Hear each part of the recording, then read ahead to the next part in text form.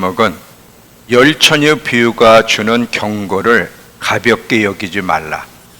이 열처녀 비유가 주는 경고는 예수님이 직접 경고하신 건데 이 경고를 가볍게 여기지 말라.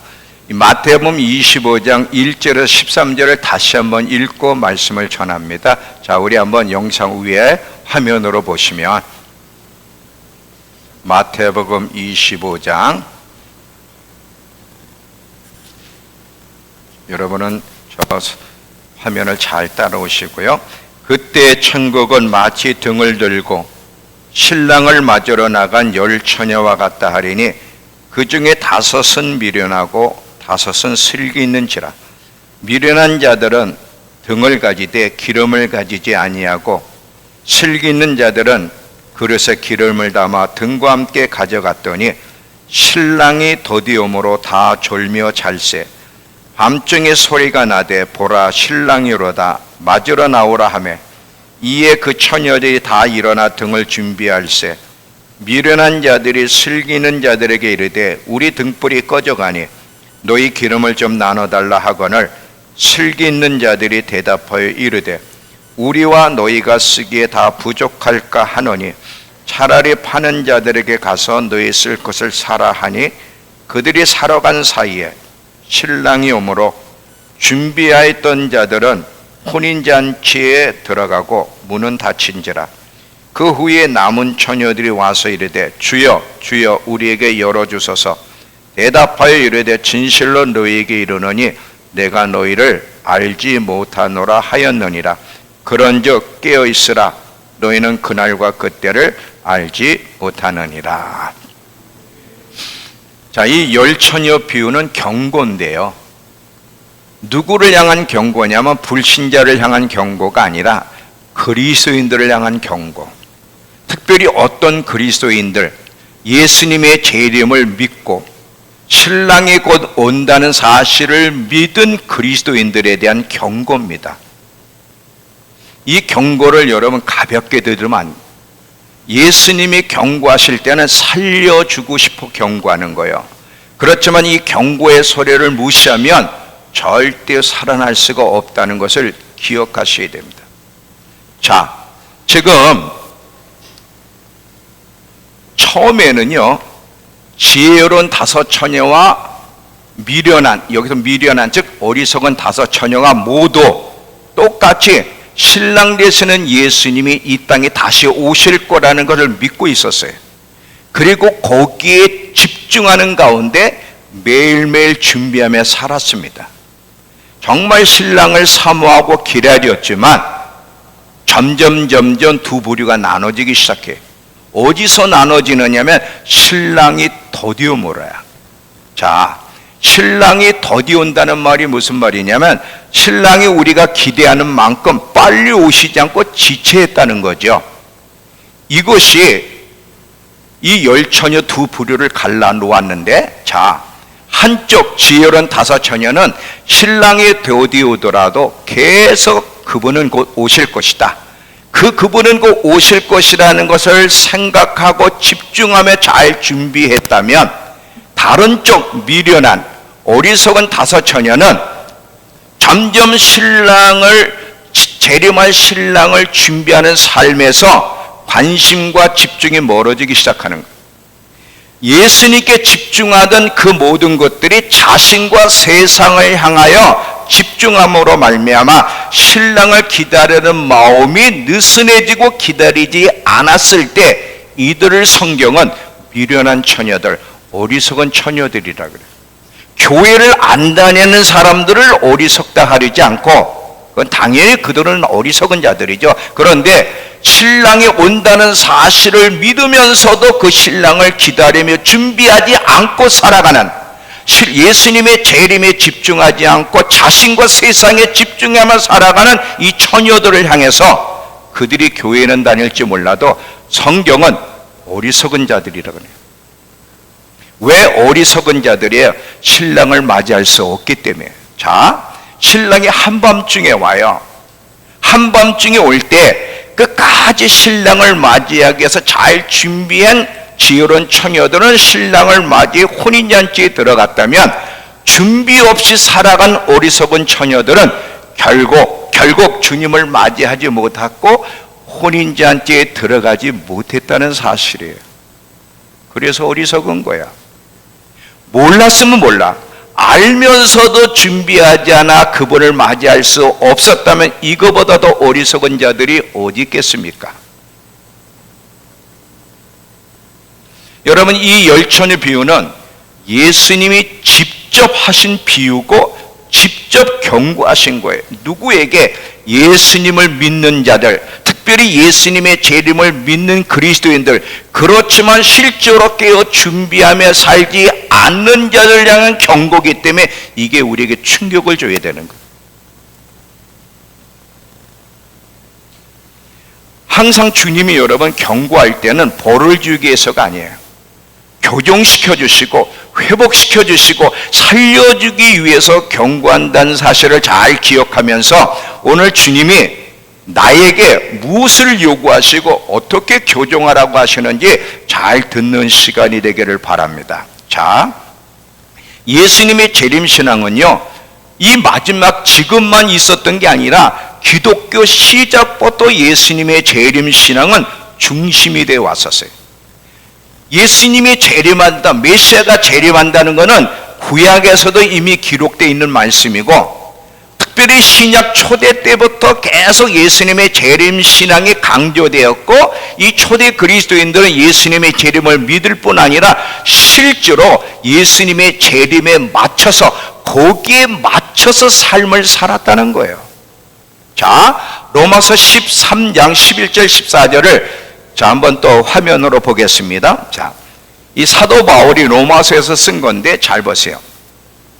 또한 너희가 이 시기를 알거니와 자다가 깰 때가 벌써 되었으니 이는 이제 우리의 구원이 처음 믿을 때보다 가까웠습니다. 밤이 깊고 낮이 가까웠으니 그러므로 우리가 어둠의 일을 벗고 빛의 갑옷을 입자.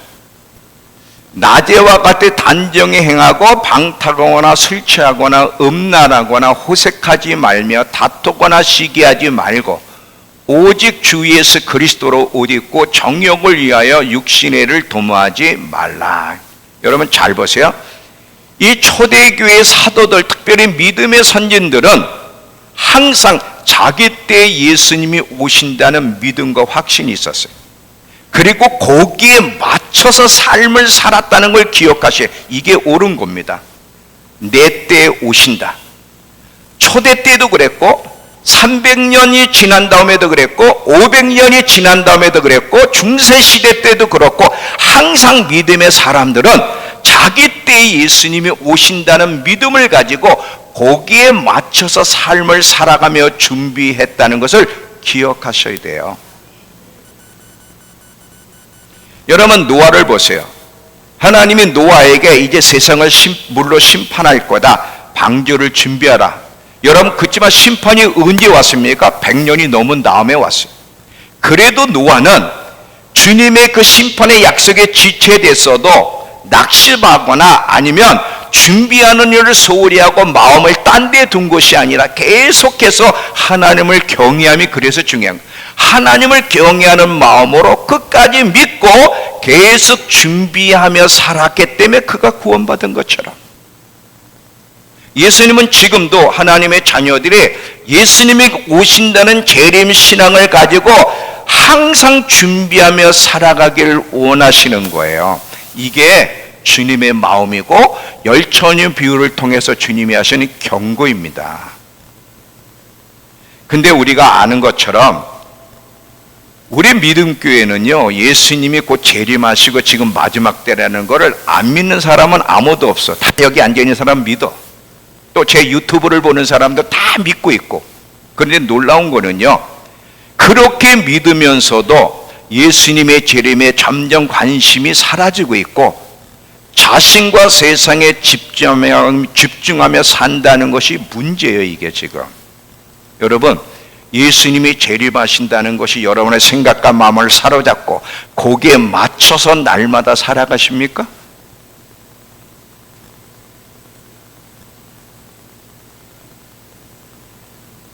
자, 예수님의 재림에 대해서 왜 관심이 자꾸 멀어지죠? 안 믿는 건 아닌데 집중이 안 되고 생각하지 못하고 자꾸 예수님의 재림이 우리 관심에서 계속 멀어지는 이유는 뭐예요? 신랑이 온다는 것이 더디기 때문에도 그렇지만 더더욱 중요한 건 생각의 문제. 자, 이 사람이, 이 생각이요, 무엇을 집중적으로 생각하느냐, 이게 중요한 거예요. 사람은 어떤 것을 집중적으로 생각하고 묵상하게 되면 생각하는 그 부분에 대해서 예민해지고요, 관심을 갖고 그것을 위해 시간을 보냅니다. 근데 사람이 어떤 부분에 생각을 안 하면, 집중하고 관심을 안 가지면 사실인데도 그 부분에 무뎌지고 그 부분에 마음이 멀어지게 돼 있어요. 지금 이 그리스도인들이요, 다 예수를 믿고 예수님이 재림한다는 사실은 알고 있지만 예수님이 재림한다는 천국과 예수님의 재림에 대해서 더 많은 생각을 하고 집중을 해야 되는데, 이런 것들을 생각하기보다 세상의 것들에 더 많이 생각하고 자기의 편안함과 안락함과 성공과 재밌게 사는 것에 더 많은 생각과 집중을 하다 보니까 자기가 집중하는 것에는 예민해지는데 영적인 것들에 대해서 생각 안 하다 보니까 예민해지지 않고 관심에서 멀어진다는 거예요. 여러분, 예수님이 재림하신다는 걸 하루에도 몇 번 생각해 보세요. 여러분의 삶에 대해서는 어떻게 하면 이 땅에 살면서 편안하게 노후를 잘 준비하며 성공하면서 내가 원하는 대로 살아갈까는 많이 생각하는데, 예수님이 곧 오시지, 어떻게 준비해야 되지? 어떻게 준비하면 영혼의 때를 잘 준비할 수 있을까? 이런 영적인 부분은 얼마나 생각해 보셨어요? 사람은 생각하는 것에 관심을 갖고 예민해지고 그것을 위해 살아가. 생각하지 않는 것에 대해서는 그게 사실이라도 무뎌지기 때문에 관심이 없고 그것을 위해 살아가지 않게 되는 거예요. 이해가 되세요? 무슨 말 하는지? 그러면 두 번째 질문이 뭐냐면, 자, 그러면 천국이 있다는 것도 믿고 예수님이 곧 다시 재림하신다는 것도 믿는데 왜 우리의 관심에서 멀어지고 집중하지 않는 것일까? 그 이유가 뭘까? 우리를 육의 사람으로 만들어 왔기 때문이에요. 자, 또 보세요. 그리스도인들 가운데는 특별히 두 종류의 사람인데, 육의 사람, 영의 사람이 있어요. 육의 사람과 영의 사람의 세계관이 달라. 육의 사람은 세계관이 세상적이야. 육신적 세계관을 가지고 있다면 영의 사람은 하나님의 세계관, 영적 세계관을 가지고, 이 세계관이 완전히 달라. 잘 들어보세요. 이 세계관은 어떻게 형성되는지를 이야기할 테니까 잘 들어보세요. 이 모든 게 다 선택인데, 우리가 육신에 초점을 맞추고 자신에게 초점을 맞추면서 육신의 안락함과 편안함, 더 넓은 길로 가면, 예수님은 좁은 길로 가라 그랬는데, 좁은 문 좁은 길로 가라 그랬는데 자꾸 넓은 길로 가다 보면 세계관의, 세상적 세계관을 형성하게 되고 육의 사람으로 자기를 만들어 가게 돼. 어떤 세계관, 어떤 사람으로 만들어 가느냐에 따라 인생의 좋음과 목적과 우선순위, 가치관이 달라지고요, 그의 미래가 달라집니다. 아브라함과 롯을 보면, 잘 보세요. 갈대 우르에서 하나님의 말씀을 듣고 갈대 우르에서 나왔어요. 믿음으로 나왔어요. 나와 있는 난 가운데 하나님이 그들을 축복하셔서 이제 같이 살 땅에서 서로 같이 살 수가 없으니까 헤어져야 될 상황을 만났을 때 아브라함이 롯에게 먼저 선택하라, 네가 떠날 길을 선택하라 그럴 때 롯은 하나님을 선택하지 않았어요. 소돔과 고모라 땅, 자기가 가지고 있는 짐승, 재산을 늘릴 수 있는, 자기 육신적으로 편안하게 할 수 있는 장소, 그 당시에 하나님이 심판하기 전에 소돔과 고모라는 물이 많고 푸른 초장이야. 저기 가면 성공할 수 있을 것 같아. 그래서 롯은 선택하는 순간 육신의 것을, 자신을 선택했어요. 편안함을 선택했어요. 근데 아브라함은 하나님을 선택했어요. 왜 선택이 다릅니까? 사람이 다르기 때문에 그래. 육의 사람은 항상 육신의 것을 먼저 선택해요. 자기의 안정과 자기의 그 안락함을 먼저 선택해. 왜냐하면 그 세계관이 그러니까. 영의 사람은 항상 선택의 순간에서 하나님을 먼저 선택하지 자기를 먼저 선택하지 않아. 왜냐하면 세계관이 영적이기 때문에. 이해가 되세요?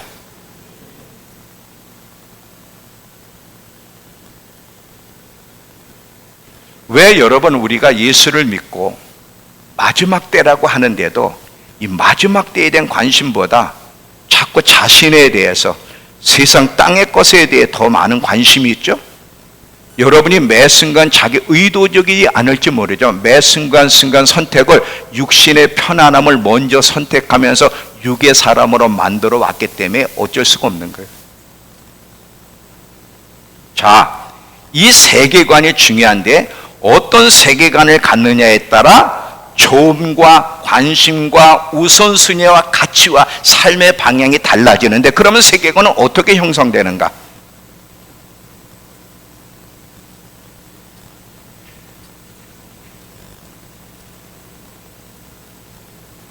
지금 제가 쭉 스토리 이어가는 거 이해가 되시죠?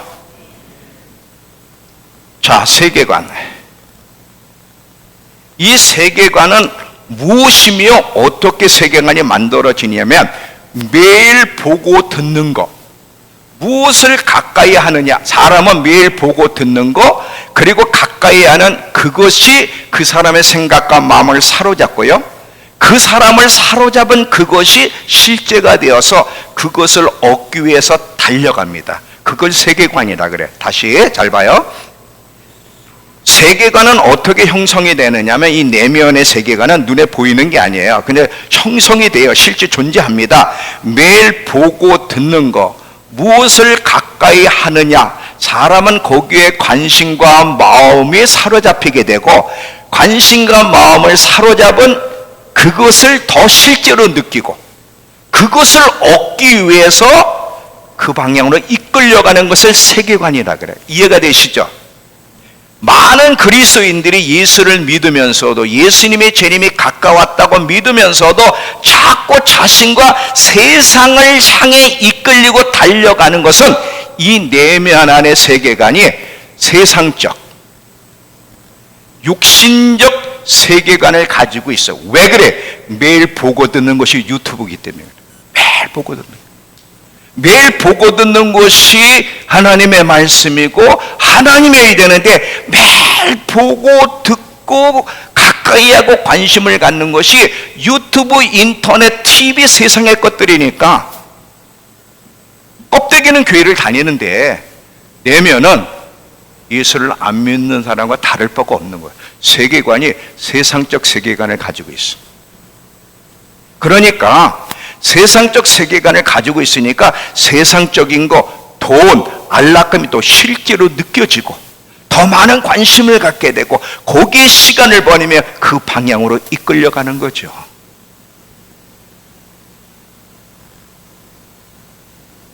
신앙은 쉬운 게 아니에요.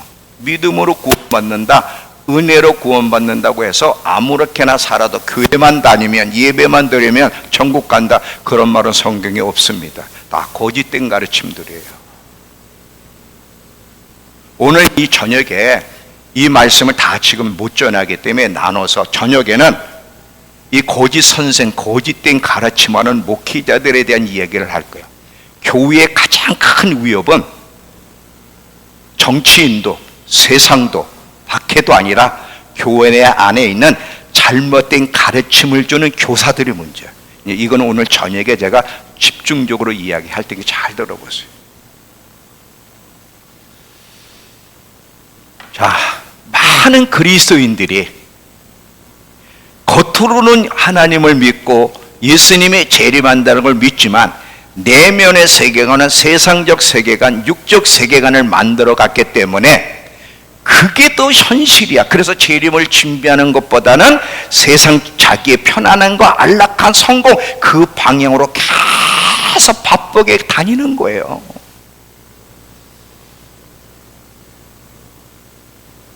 오늘 이 말씀이 여러분을 깨우고 설득시켰으면 참 좋겠는데 정말 설득이 돼야 돼. 설득이 안 되면, 깨달음이 오면, 깨달음이 없으면 말은 이해가 돼도 사람은 안 바뀌어. 깨달음이 와야 바뀌는 거야. 깨달음이, 맞구나, 이 깨달음이 와야 사람은 바뀌는 거거든. 그러니까 이 열처녀 비유에서 이 어리석은 다섯 처녀, 지혜로운 다섯 처녀가 처음에는 예수님의 재림을 준비하는 데 열정이었는데, 이 어리석은 다섯 처녀가 점점 준비하는 일에 무관심 게을러진 거는 그 내면의 세계관이 지금 바뀌었기 때문이에요. 어떻게 세상적 세계관으로 바뀌었기 때문에 관심도 바뀌어지는 거야. 이게 어리석은 처녀들이고, 이렇게 바뀌어진 자는 예수를 못 만난다는 거지. 이해가 되세요?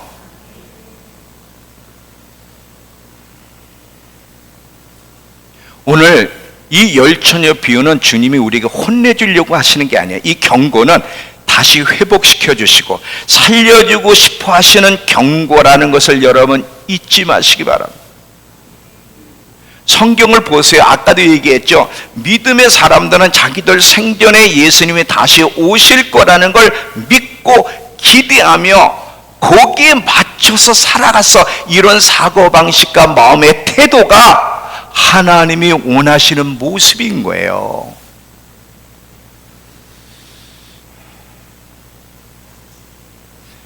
예수님이 재림하신다는 이 교리가 여러분의 생각을 사로잡게 되면 사람은 바뀌어집니다.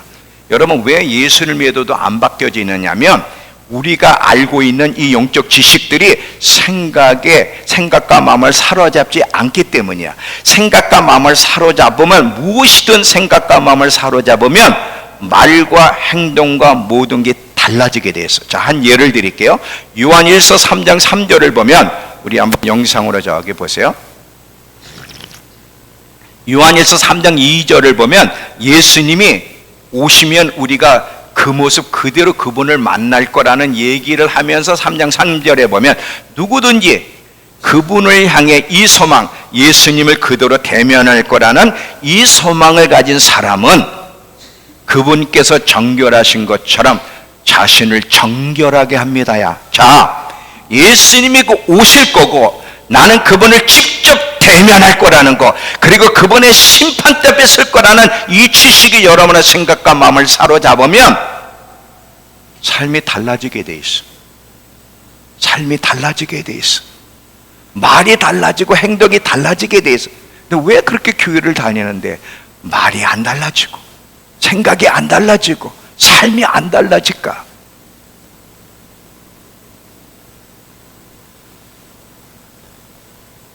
완벽한 걸 얘기하는 게 아니에요. 사람은 절대 완벽할 수가 없어요.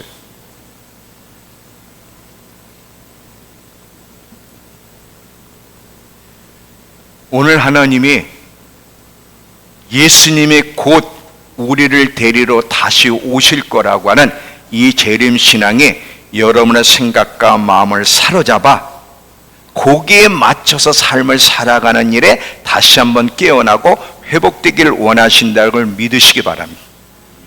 여러분, 만약에 예수님이 더디 오시는 것 때문에 영적으로 잠을 자고 있다가 잠자는 상태에서 예수님을 만나면 안 된다고 경고한 성경 구절이 있는데 그게 어디 있는지 아세요? 자, 마가복음 13장 35절부터 37절을 보시면요. 자, 그러므로 깨어 있어라. 집주인이 언제 올런지, 혹 저물 때일는지 밤중일는지 닭 울 때일는지 새벽일는지 너희가 알지 못함이라. 그가 호련이라는 갑자기, 그가 갑자기 와서 너희가 자는 것을 보지 않도록 하라. 잔다는 것은 육신의 잠을 얘기하는 아니라 영적인 잠. 영적인 잠을 자게 되면 영적인 것들에 예민하지 못하고 무관심하게 되죠. 잠을 자는 것을 보지 않도록 하라. 깨어있으라. 내가 너희에게 하는 이 말은 모든 사람에게 하는 말이니라. 그래서 매일매일 예수님이 재림한다는 의식 속에서 날마다 준비하는 훈련을 가지고 살아야 돼. 만약에 주님이 재림하신다는 의식이 없이 교회만 다니고 자기가 하고 싶은 대로 사는 사람은 성경이 뭐라 그래? 주님을 만날 수 없다고 분명히 얘기합니다. 분명히 얘기해요.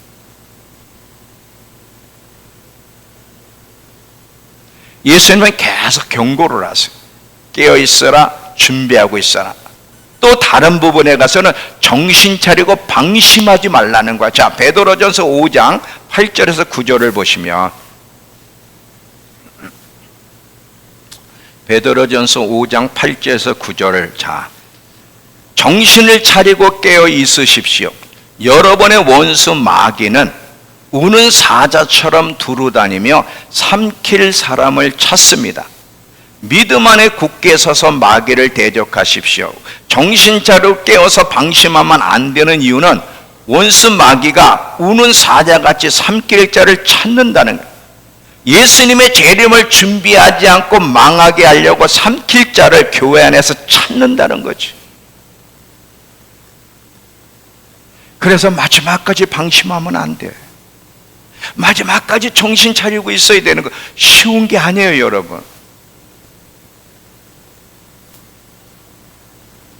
예수님이 곧 오실 거예요.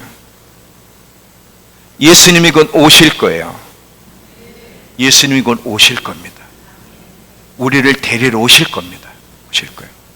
자, 그러면 예수님의 재림을 알리는 징조들, 많은 사람들이 예수님이 오실 때가 정말 가까웠는지 안 가까웠는지 뭘로 알 수 있습니까? 제자의 질문할 때 예수님의 재림을 알리는 징조들의 특징을 쭉 얘기한 것이 마태복음 24장 3절 이후의 얘기고 누가복음 17장 이후에도 그 얘기가 나와요. 이건 제가 참 여러분에게 많이 얘기했죠.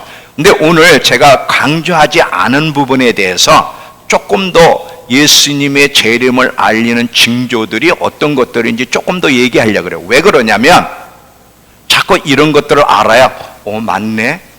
지금 그런 일이 일어나잖아. 그러면 예수님의 재림이 임박했다는 거 아니야?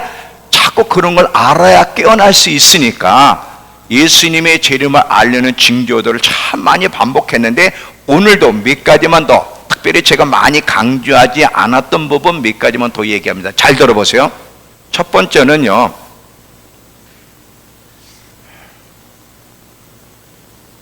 학교나 공공건물이나 이 국가에서 10계명을 제거하는 거예요. 이게 이제 주로 미국이 그런데 잘 보세요. 어느 날부터 미국 안에서, 미국은 기독교 국가잖아요.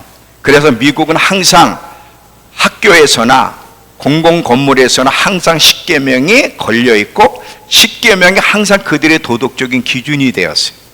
그런데 어느 날부터 대법원 판결로 이제는 학교와 공공시설에 10계명을 걸지 못하고 제거 명령을 내려는데 이것이 불법이 성행하는 길을 열어줬다는 거예요. 근데 불법이 성한, 이 악이 극성하는 불법이 성한 길을 열어주면 왜 안 되냐면 적그리스도라는 한 인물이 등장하려면 불법이 성행하는 것이 먼저가 돼야 돼. 잘 봐요.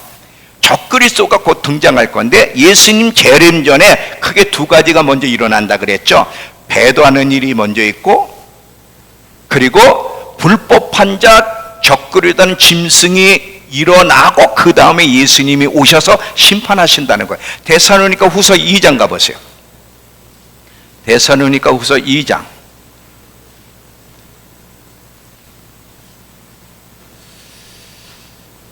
데살로니가 후서 2장에 1절부터 3절까지만 보면 신약 333페이지.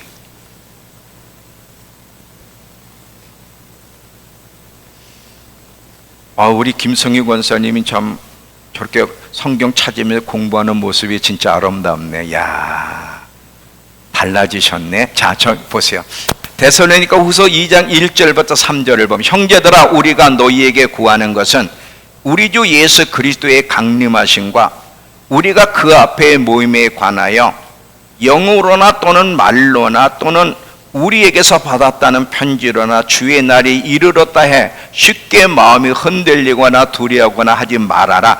예수님이 오셨다, 이 요동치 말라는 거, 먼저 순서가 있으니까 잘 분별하라는 거죠. 누가 이렇게 하여도 너희가 미혹 속지 말라. 먼저 배교하는 일이 먼저 일어나야 돼. 이건 교회의 배교예요. 많은 그리스도인들이 배도할 건데 배교가 먼저 일어나고, 그리고 저 불법의 사람, 멸망의 아들 적그리스도죠, 그가 나타나기 전에는 그날 예수님의 재림이 이르지 않는다 그래요. 예수님의 재림하기 전에 먼저 두 사건이 일어나야 되는데, 그 중에 하나가 배교하는 일이고, 그리고 또 하나가 뭐예요? 적그리스도는 불법자가 등장해야 돼. 그런데 여러분, 적그리스도를 불법자라고 얘기하는데 잘 보세요. 이 하나님의 십계명이 하나님의 율법이자 도덕법이야. 이 도덕적 기준이 되는데, 이 도덕적인 절대적인 기준이 무너지면요, 십계명이 제거되면 그때서부터 혼돈이 오고 도덕적으로 모호해지고 막 죄가 관영하는 거예요. 여러분, 우리나라의 간통죄가 언제 없어진지 아세요? 2015년에 없어졌는데, 자, 그 간통죄가 없어지기 전에는 그래도 대한민국 국민은 기독교로 시작한 나라는 아니지만 간통죄는 죄라는 걸 다 알고 있어요. 2015년에 간통죄가 없어지면서 지금 어떤 성적인 얼마나 많은 문란, 여러분 지금 모텔이 호황을 누리고 있다는 거 아세요? 모텔이. 증평에 모텔들 방이 없어. 이게 무슨 얘기예요? 간통죄가 없어지면서, 뭐 간통죄를 왜 대법원에서 그걸 없앴냐? 다양한 나쁜 이유를 가지고 성에 대한 자유로운 권리가 있다, 사람의 개인 개인 신상을 침해할 수 있다, 뭐 이런 헛소리 하면서 간통죄를 없어짐으로 대한민국의 죄가 문란해졌어요. 도덕적 기준이 없어졌어. 이제 그게 죄가 안 됐어. 이런 것들이 불법이 성행하도록 문을 열어줬고, 불법이 성행한 다음에서 적그리스도가 등장하네. 그 적그리스도가 등장하려면 먼저 불법이 성행한 발판이 만들어져야 되는 거예요. 다니엘서 8장 23절을 보시면, 다니엘서 8장 23절에 한번 보세요. 자, 다니엘서 8장 23절에도 보면 반역자들, 즉 다시 말하면 불법이 가득할 즈음에 한 왕 적그리스도가 등장한다는 거예요. 한 왕 적그리스도가 등장하기 전에 먼저 이 사회가 반역자들이 가득한 게 먼저 있어요. 불법이 성행해야만 한 왕 적그리스도라고 하는 짐승이 등장한다는 거지. 사회가 여러분 도덕적 기준이 명확하면, 하나님 말씀의 기준이 명확하면 적그리스도는 등장을 못해. 왜? 등장해도 다 알아보니까. 그런데 십계명 같은 이 도덕적 기준이 제거되고 없어지면서 뭐가 죄야? 이 죄가 모호해지는, 도덕적 기준이 모호해질 때 이제 사회는 점점 불법이 성행하게 되고, 이렇게 되면 자연스럽게 적그리스도가 등장하게 되는 거예요. 그래서 여러분, 이 동성애, 자, 우리는 동성애에 빠진 한 사람 한 사람을 손가락질하고 비난해서는 안 돼. 왜냐하면 하나님이 그 인격들을 사랑하게.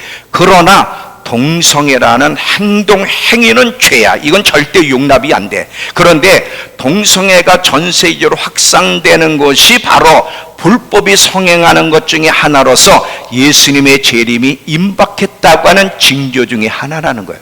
자, 누가복음 17장에 보시면, 누가복음 17장, 누가복음 17장 26절부터 30절을 보시면, 누가복음 125페이지 신약. 누가복음 17장 26절부터 30절. 노아의 때와 된 것 같이 인자 예수님의 재림도 노아의 시대와 같이 똑같이 그런 사회 현상이 일어난다는 거죠. 노아가 방주에 들어간 날까지 사람들이 먹고 마시고 장가들고 시집가며 홍수가 나서 그들을 멸하기까지 그들을 다 멸망시켰으며 또 롯의 때와 같으리니 예수님이 오실 때 시대상의 모습이 노아 때와 똑같고 롯의 때와 똑같다는 거예요.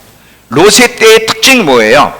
동성애잖아요. 자, 창세기 19장 4절부터 5절을 보시면, 자, 영상으로 이제 소돔과 고모라 도성을 하나님이 심판하기 위해서 천사를 보내실 때 롯이라고 하는 참 육적인 의인이지만 그래 의인이어서 롯을 구하기 위해서 천사를 보내서 롯이 그 천사들 자기 집에 방문하게, 자기 집에 들어오게 합니다. 자, 그 장면인데 잘 보세요. 그들이 눕기 전에 그 성 사람 곧 소돔 백성들이 노소를 막론하고 원군에서 다 모여 그 집을 에워싸고 롯을 부르고 그에게 이르되 오늘 밤에 내게 온 사람들이 어디 있냐 이끌어내라 우리가 그들과 상관하리라. 이 무슨 말이야? 우리가 그들과 성관계하고 싶다는 거예요. 잘 봐요. 지금 천사들이 롯의 집에 왔어요. 롯이 자기 집에 투숙시켰어요. 이 소식을 안 그 소돔과 고모라의 남자들이 몰려왔어. 그 롯의 집에 온 그 남자들과 성관계를 하고 싶어서. 동성애.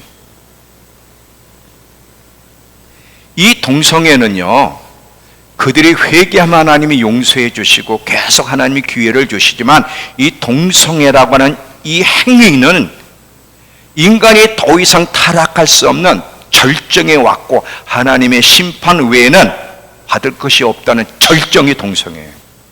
자, 이 동성애로 말미암아 어떤 심판이 19절 보세요. 이제 창세기 19장 24절부터 25절.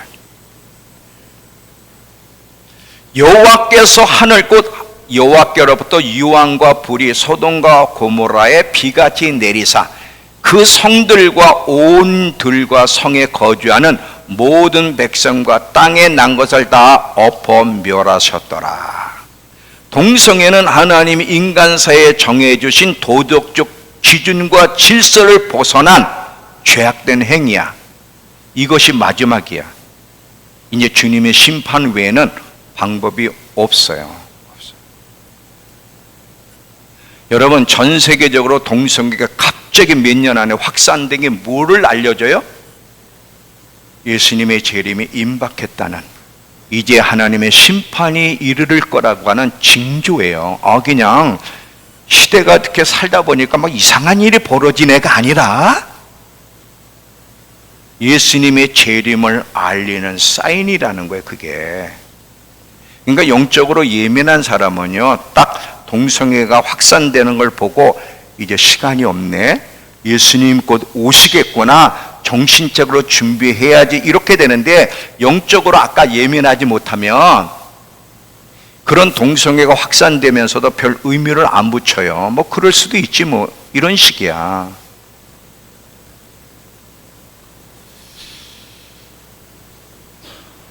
제가 많은 얘기를 하고 싶은데 오늘 오전 시간에 조금만 더 하고 오늘 저녁에는 이제 교회 안에 고지 선생들에 대해서 집중적으로 얘기할 테니까 잘 들어보세요. 또 하나의 징조는 뭐냐면 결혼을 훼손한 현상이야. 다시 말하면 결혼하지 말자는 것이 사회 주류를 이루는 것이 예수님의 재림을 나누려는 징조 중에 또 하나라는 거예요. 자, 한번 성경을 보겠습니다. 디모데전서 4장 1절과 3절을 보시면요, 영상으로 잘 보세요. 안 보내줬나? 디모데전서 4장, 다시 피세요. 안 보내줬어요. 디모데전서 4장, 신약 339페이지, 신약 339페이지, 4장 1절. 그러나 성령이 밝히 말씀하시기를 후일이라고 했지만 마지막 때에 어떤 사람들이 믿음에서 떠나 미혹하는 영과 귀신의 가르침을 따르는데 그 가르침들이 뭐냐가 3절이에요. 혼인을 금하라야. 자, 요 나머지 뒷것은 다음 시간에 혼인을 금하라. 여러분 지금 우리나라만 보더라도 결혼하려고 그래요? 안 하려고 그래요? 젊은 애들이 안 해. 결혼 안 하는 이유가 뭐예요? 왜 결혼해서 인생을 힘들게 살아? 결혼함으로 말미암아 그 서로 안 맞아가지고 다투고 자녀 키우느라고 힘들고 월급도 쥐꼬리만 한데 애들 키우느라고 그러더라고 어떻게 살라고? 그럼 내 삶이 어딨어? 내 삶이 없잖아. 결혼은 왜 해야 돼? 극도로 이기주의로 흘러가는. 성적인 거는 그냥 좋은 사람과 눈 맞으면 동거만 하면 되잖아. 혼자 살고 잠깐 동거만 하면 되는데 결혼은 왜 해? 그래서 결혼이 주류사회에서 벗어나고 결혼하지 않아도 된다는 이 사고방식과 흐름이 쫙 퍼져가. 이게 예수님의 재림을 알리는 징조 중에 하나예요. 여러분 요즘 젊은 애들 결혼 안 합니다. 교회 다니는 그리스도인 애들도 제가 질문, 너 왜 결혼 안 하니? 별 변명을 다 대. 별 변명을 다 대. 왜 결혼 안 해? 불편하니까. 혼자 살아. 혼자 살면 재밌거든. 하고 싶은 대로. 구속받는 게 없잖아요. 이게 여러분 예수님의 재림을 알리는 징조 중에 하나라는 거 아십니까? 성경에 기록되어 있잖아요. 마지막 때는 혼인을 금한다고, 결혼하지 않게 된다고. 그러니까 갑자기 어느 날부터 대한민국 젊은 애들이 결혼하지 않고 이혼율이 자꾸 많아지는 게 살다 보니까 또 이런 일이 별게 다 있네가 아니라 마지막 때가 왔다는, 주님의 재림이 가까웠다는 것을 알리는 징조들로 지금 나타나는 현상들이라는 거예요.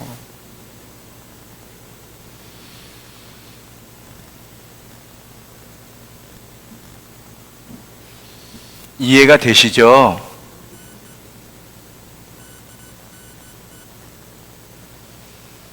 또 하나의 징조가 있어요.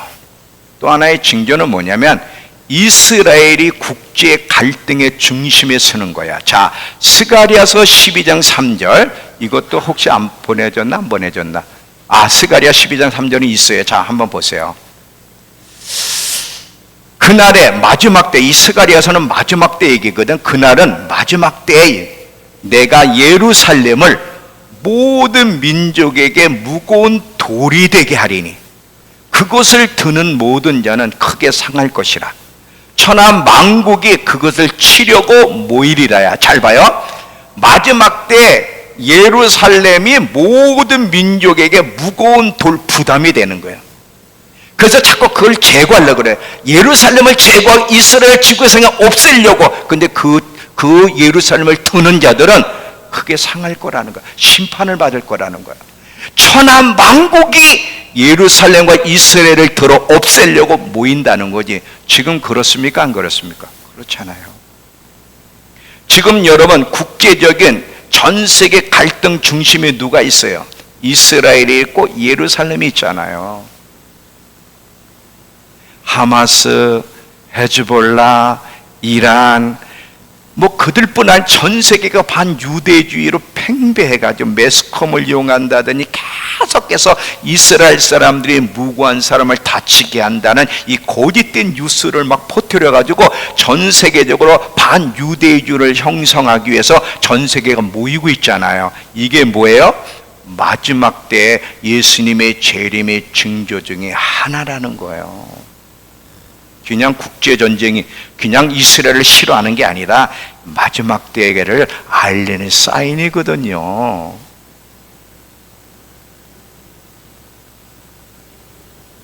이해가 되시는 거예요?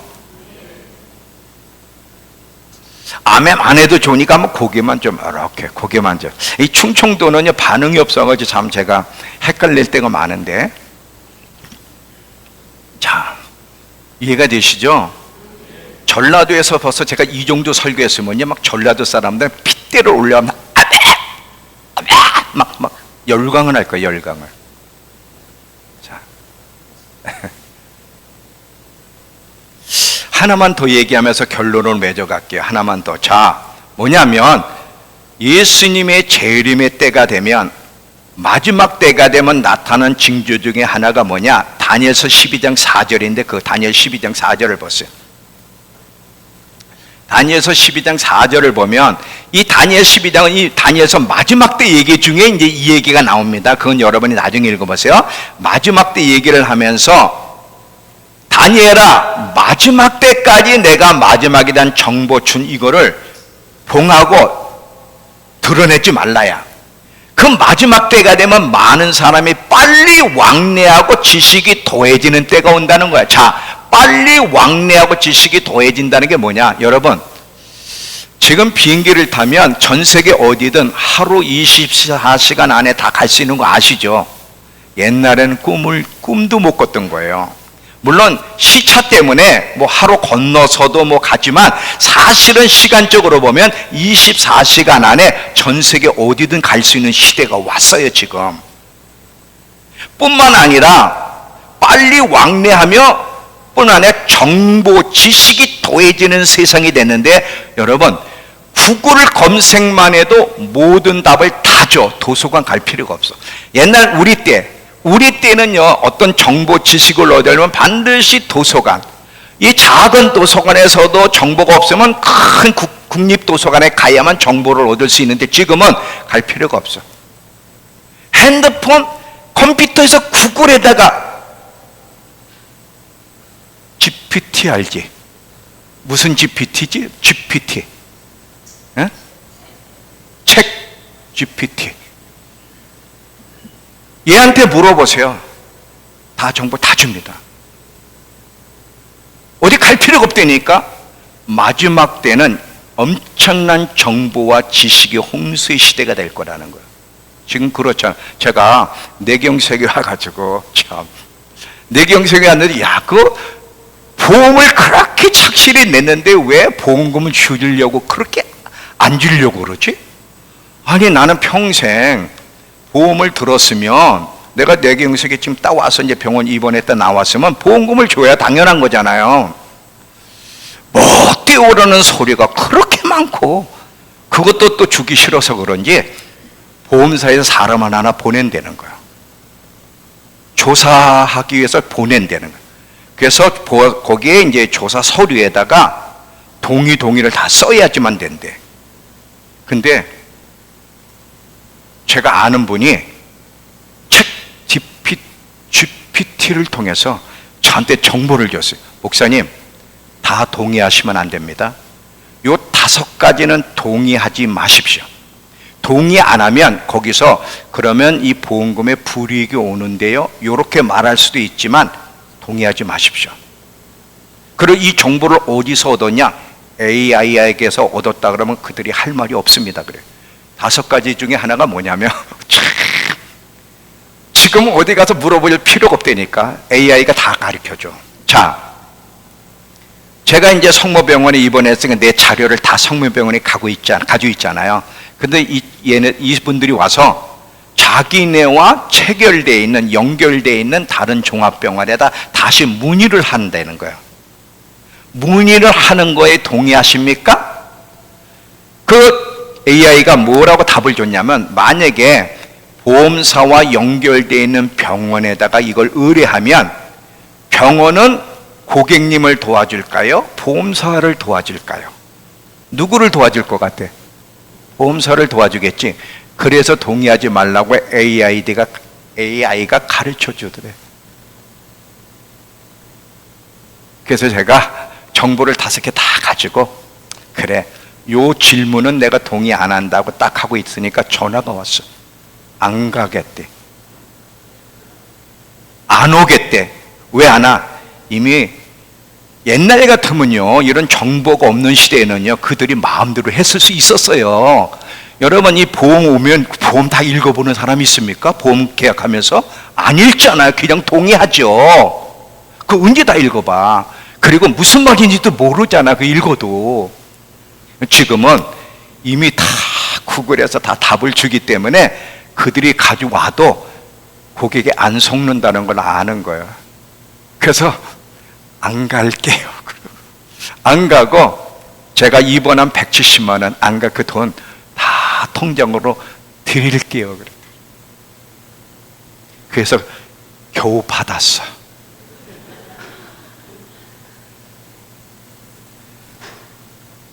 마지막 때 징조 중에 하나가 뭐냐면 빨리 세상을 왕래하고 정보 교환의 홍수시대. 이거요 단순히 편리하다고만 생각하면 안 됩니다. 놀라운 시대내가 아니라 예수님의 재림이 임박했다는 사인 중에 하나예요. 이해가 되세요? 그러니까 조금만 깨어있는 사람은요 벌써 이런 흐름만 봐도 이제 예수님이 오시겠네, 정신 차리고 준비해야 되겠다, 이 마음이 오는데, 이런 것이 있는데도 왜 아직도 그게 못 깨닫냐면 영적으로 무뎌 있기 때문에. 왜 무뎌? 자신을 육의 사람, 세상적 세계관을 갖는 사람으로 바꿔놨기 때문에 이런 영적으로 예민하지 못한 거예요. 결론.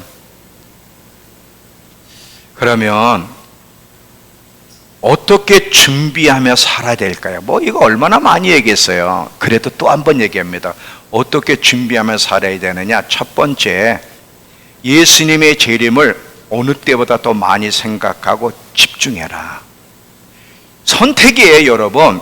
나는 어떤 것을 많이 생각하고 집중할 거냐가 선택인데, 사람은 많이 생각하고 집중하는 그 부분에 대해서 예민해지고 관심을 갖고 반응하게 되는데, 우리는 지금 세상의 것에 대해서, 자신에 대해서 더 많이 생각하고 집중하는 이거를 바꿔서 예수님의 재림에 더 많이 생각하고 집중함으로 계속 예수님의 재림에 예민하게 만들어야 돼요. 하나님, 오리 속은 다섯 처녀처럼 예수님의 재림에 대한 감각을 잃어버려서 준비하고 있지 않다가 주님을 만나는 것이 아니라 매일매일, 오늘도 내일도 에브리데이 매일매일 예수님이 다시 오신다는 인식을 놓치지 않고 거기에 맞춰 살아감으로 준비할 수 있게 해달라고 기도해야 되는 거예요.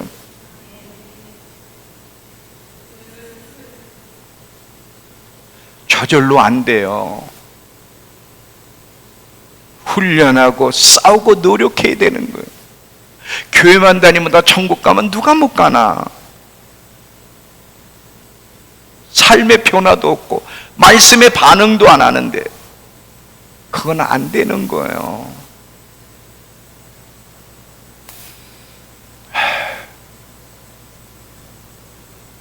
또 하나는 하나님을 경외하는 마음을 가지고 살아야 돼.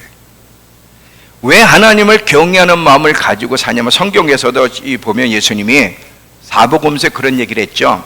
몸을 죽이는 자를 두려워하지 말고 몸과 영혼까지 지옥에 보낼 하나님을 두려워하라 그랬어요. 하나님을. 솔로몬이 변질되고 타락한 거는요, 하나님을 사랑하지 않아서가 아니에요. 하나님을 사랑하되 경외하는 마음이 없으면, 하나님에 대한 두려움이 없으면, 하나님 우리의 모든 삶에 대해 마지막 심판하신다는 이 하나님에 대한 두려움이 없으면 사람은 변질되게 돼 있어요. 그래서 사랑과 경외심이 같이 가야 되는 거예요. 경외심이 마지막까지 올바른 길로 가도록 이끌지, 경외심을 놓치면 사람은 곁길로 갑니다. 하나님, 경외하는 마음을 잃어버리지 않고 항상 깨어서 올바른 선택을 하며 마지막을 준비할 수 있도록 도와주시옵소서. 이것이 우리의 기도 제목이 돼야 돼요. 이것이 기도. 이해가 되셨죠? 하나만 더. 시간, 재정, 재능, 수고를 하나님 나라와 하나님께 더 많이 쏟으십시오. 더 많이 쏟아. 하나님 준 시간, 재능, 그리고 재정, 수고를 자신에게 쏟는 것보다 하나님께 더 많이 쏟으십시오. 예수님의 재림이 임박했고 우리가 그분 앞에 반드시 서야 된다고 믿는다면 여기다 더 많이 쏟아야 되는 거예요. 자, 계시록 22장 12절 읽고 마칠게요. 자, 계시록 22장 12절 혹시 영상 안 줬어? 자, 계시록 22장 12절.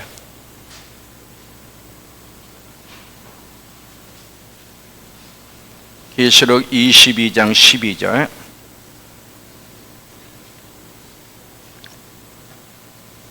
신약 422페이지. 계시록 22장 12절 422페이지 신약. 보라, 내가 속히 오리니 내가 줄 상이 내게 있어 각 사람에게 그가 행한 대로 갚아주리라. 여러분, 예수님이 속히 오는데 올 때 그냥 오는 것이 아니라 각 사람의 주님 앞에 행한 모든 것을 보상해 주시기 위해서 오시겠다는 거예요. 여러분, 이걸 정말 믿는다면 우리는 누구에게 헌신해야 돼? 예수님께. 예수님은 오셔서 우리가 그분 앞에 헌신한 드려진 모든 시간, 재정, 수고, 이 모든 것들 반드시 보상해 주실 거예요. 그래서 어느 때보다 더 많이 주님께, 더 많이 헌신을 해야 돼. 더 많이.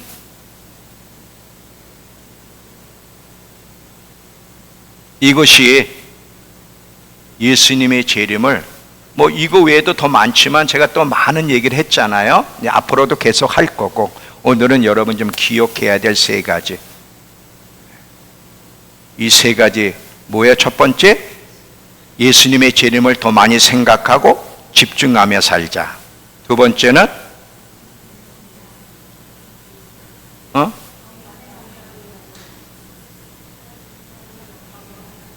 하나님을 경외하는 마음을 갖고 살자. 세 번째는 시간, 재정, 재능 모든 것을 하나님과 하나님 나라에 더 많이 뿌리며 수고하며 살자.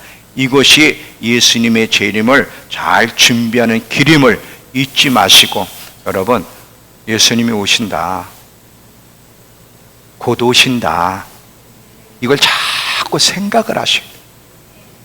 오늘 저녁에도 그래서 이 부분을 또 설교할 거예요. 여러분 또 한 번 생각할 수 있도록 이 마지막 여정 잘 준비할 수 있는 우리 모두가 되길 축원합니다. 기도합시다. 하나님,